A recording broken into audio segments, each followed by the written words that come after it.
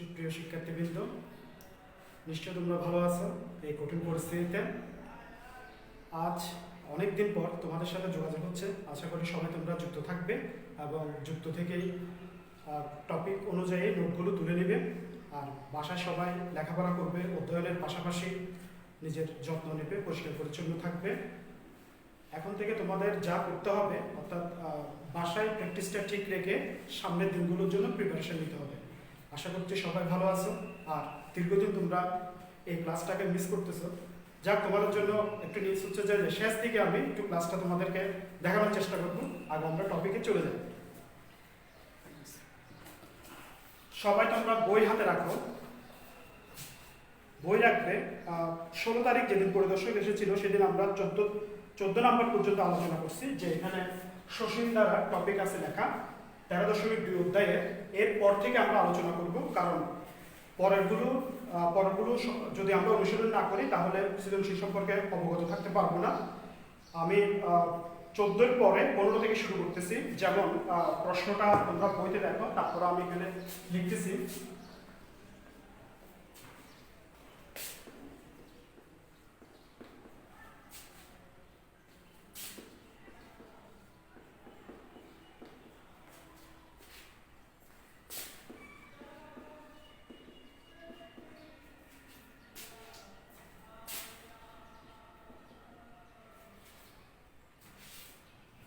প্রশ্ন হচ্ছে log 2 log 16 log 512, অর্থাৎ log 2 log 16 log 512 plus dot dot আছে। আমি এখানে জায়গা স্বল্প সেজন্য দিলাম। এরপরে বলতেছে 12টি পদের সমষ্টি ডট ডট আমরা লিখবো যত পদের সমষ্টি। এটা এক লাইনে হবে, তোমরা এক লাইনে করে লিখবে 12টি পদ। এই অঙ্ক এসএসসি পরীক্ষার জন্য অনেকটা ইম্পর্টেন্ট, অনেক বেশি ইম্পর্টেন্ট। অনেক সময় দেখা যায় আমরা এখানে একটা প্রশ্ন দেখে আমরা যে ধারণাটা পেতে পারি, log 2 আছে log 16, খেয়াল করে দেখো 2 16, তাহলে 16 কে 2 এর পাওয়ার হিসেবে লেখা যাবে 2 টু দি পাওয়ার 4 আমরা লিখতে পারবো। 2 টু দি পাওয়ার 4 মানে 16। এরপর আছে log 512, এটাকে আমরা ভাঙাতে পারবো log 2 টু দি পাওয়ার 9 করলে 512 হবে। সেই অনুযায়ী আমরা আগে ভাঙানোর চেষ্টা করব। তাহলে দেখো পরের লাইনে আমি কি লিখতেছি, log 2 এটা থাকবে log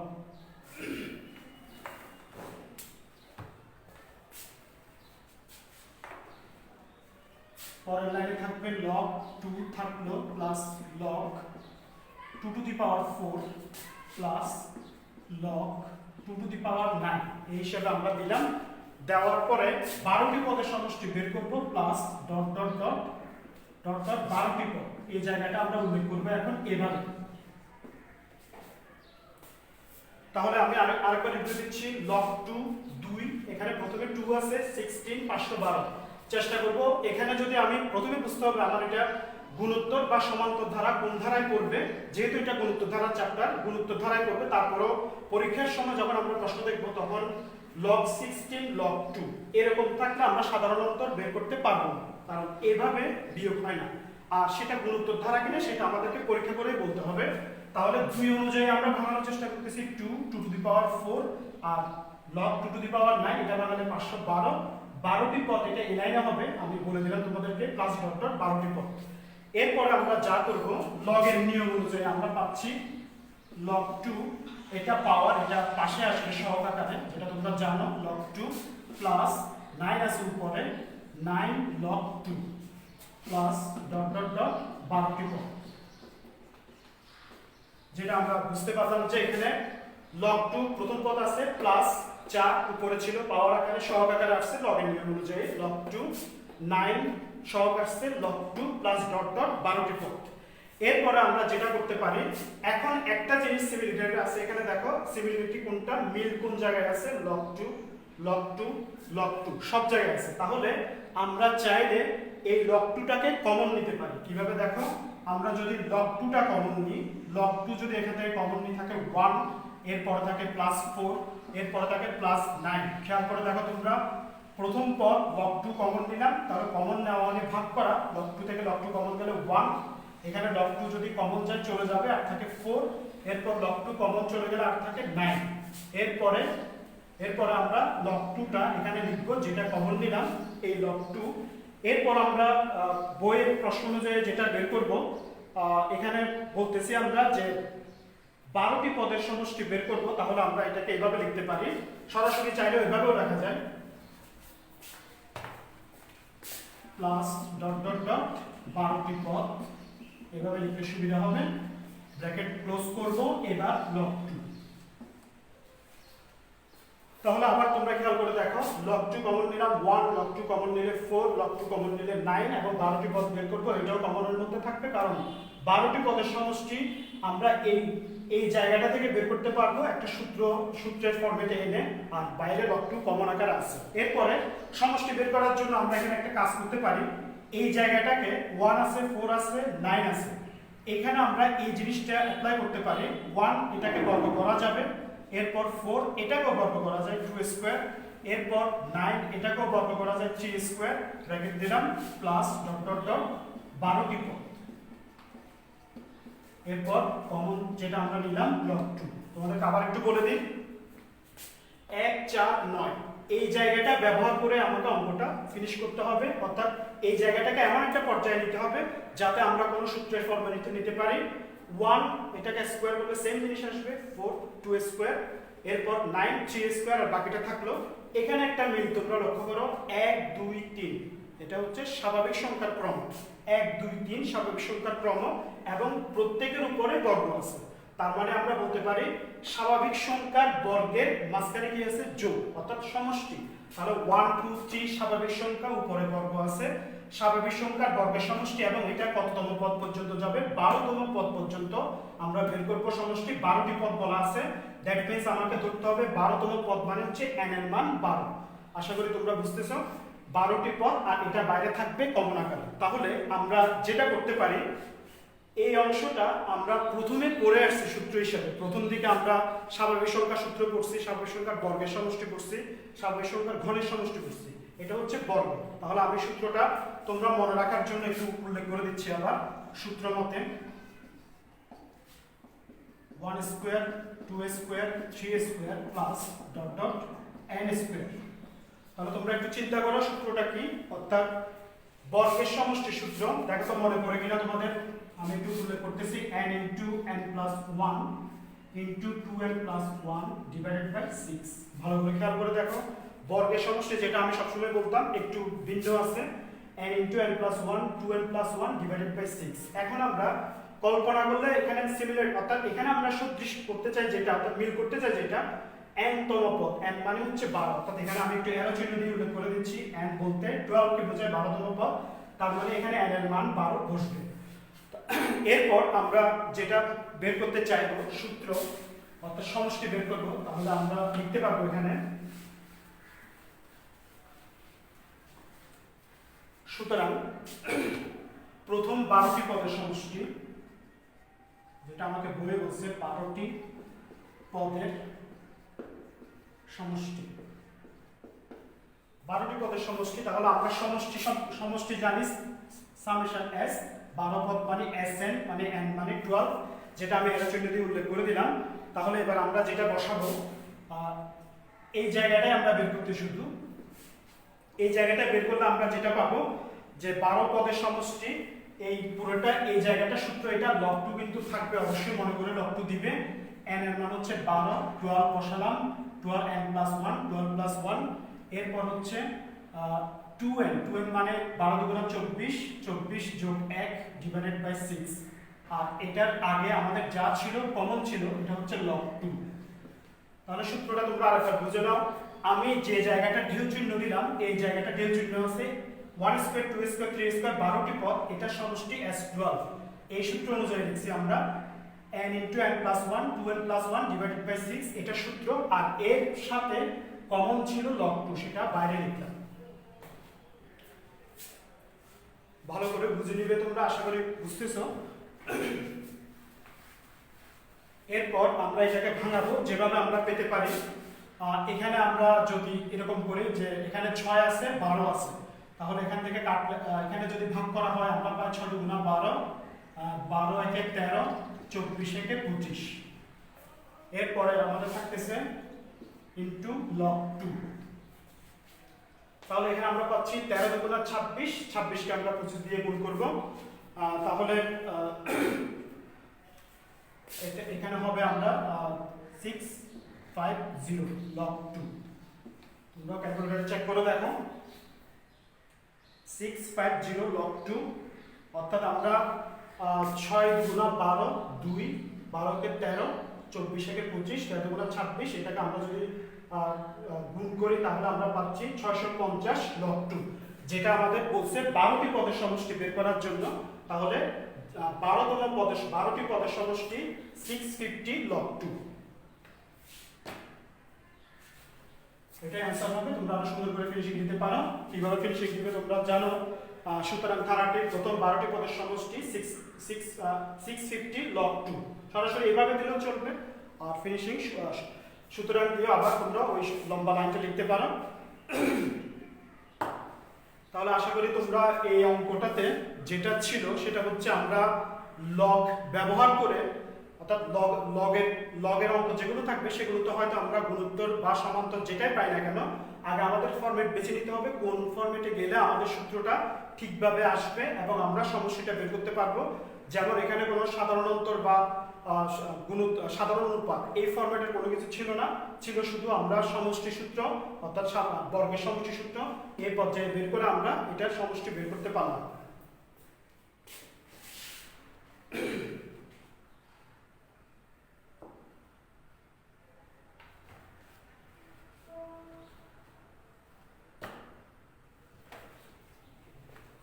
আশা করি তোমরা বুঝতে পেরেছো এবং এটা ভালোভাবে অনুশীলন করবেন।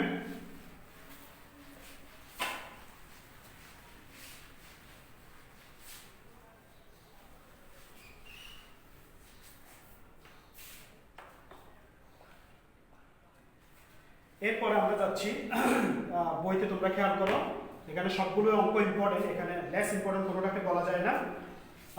16 নম্বর অঙ্কটা দেখো, এখানে বলা হচ্ছে 2 + 4 + 8 + 16। আমি একটু লিখতেছি প্রশ্নটা তোমাদের সুবিধার জন্য।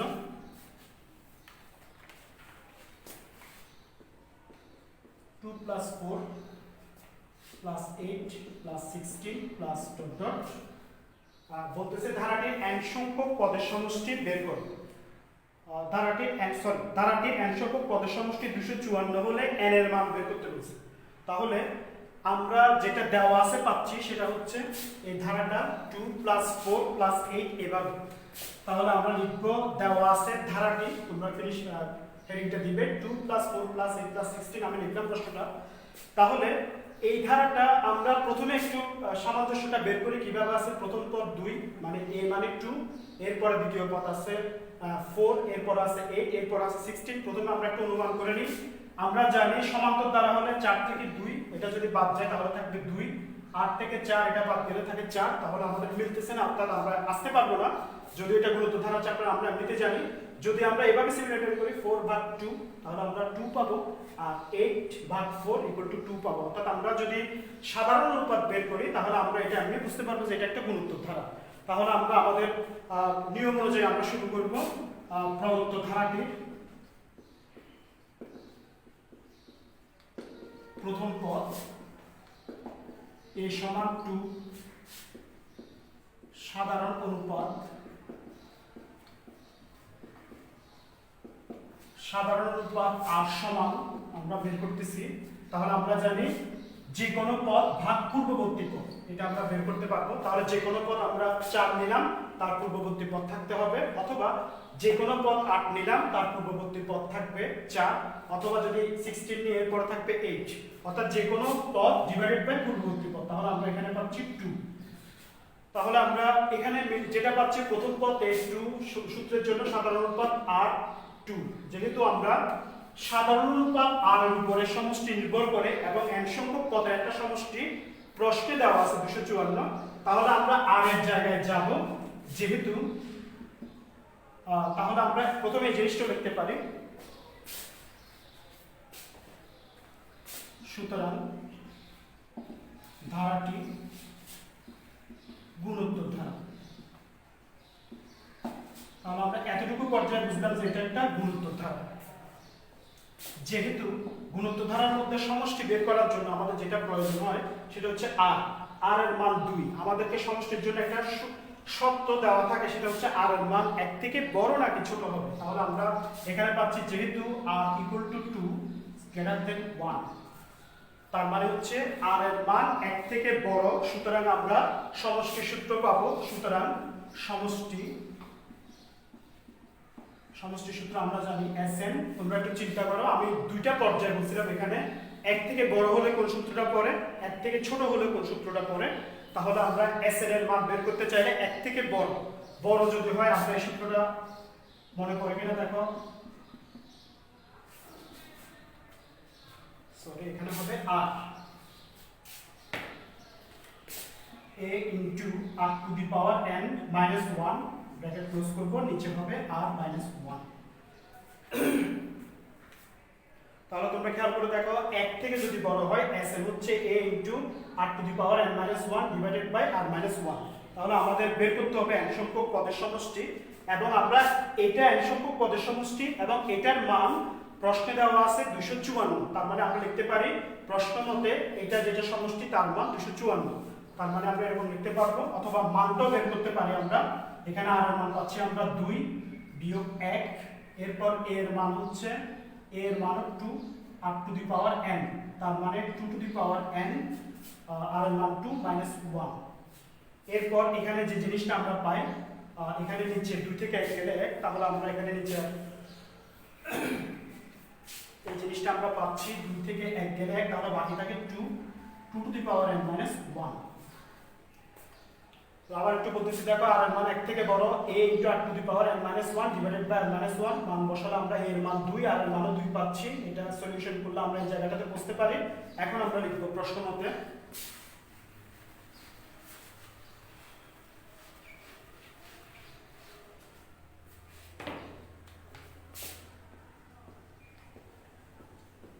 প্রশ্ন মতে 2 into 2 to the power n minus 1 equal to 254। এটা প্রশ্নে দেওয়া আছে। n সংখ্যক পদের সমষ্টি আমরা বের করলাম, এটা ছিল অজানা, এটার সাথে আমরা সামঞ্জস্য করব যেটা জানা আছে। 254 সমান 254 আমরা লিখলাম, দিস ইকুয়াল আমরা লিখতে পারি 2 to the power n minus 1। এটাকে 2 দিয়ে ভাগ করলে আমরা পাচ্ছি 127। 127 এর পরে যেটা হয় 2 to the power n কে আমরা রাখবো, যেহেতু এটা কাঙ্ক্ষিত মান আমরা বের করব। 127 এটা এর পাশে চলে আসলে আমরা পাচ্ছি +1।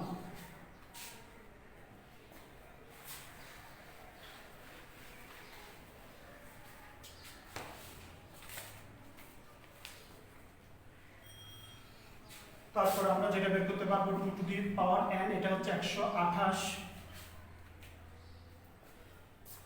এখন আমরা n এর মান বের করার জন্য যেটা করব সেটা হচ্ছে 2 to the power n, এই পাশে 2 আছে ভিত্তি আর n আছে পাওয়ার হিসাবে, তাহলে 128 কে আমরা 2 এর পাওয়ার হিসাবে করব 2 to the power 7।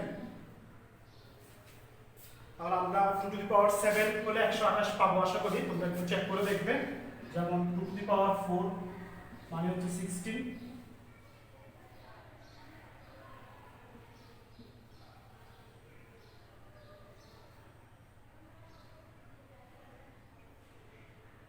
এভাবে যদি সলিউশন করে 648 সাথে 4 8 আর 4, ঠিক আছে। তাহলে আমরা এখানে পাচ্ছি n সমান 7। তার মানে ভিত্তি মিলেছে, আমরা জানি লগের সূচকের নিয়ম অনুযায়ী পাওয়ার সমান, তার মানে n সমান 7। অর্থাৎ আমরা প্রশ্ন অনুযায়ী লিখতে পারবো n এর মান কত, অর্থাৎ নির্ণয় মান n = 7। এটাই রিকোয়ার্ড অ্যান্সার।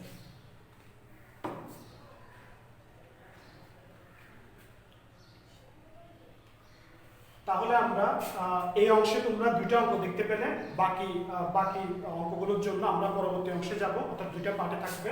আশা করি তোমরা তুলে নিবে আর সবাই বাসায় অঙ্কগুলো প্র্যাকটিস করবে খুব ভালোভাবে। এরপরে আমরা পরবর্তী অংশে আরো কয়েকটা অঙ্ক দেখানোর চেষ্টা করব।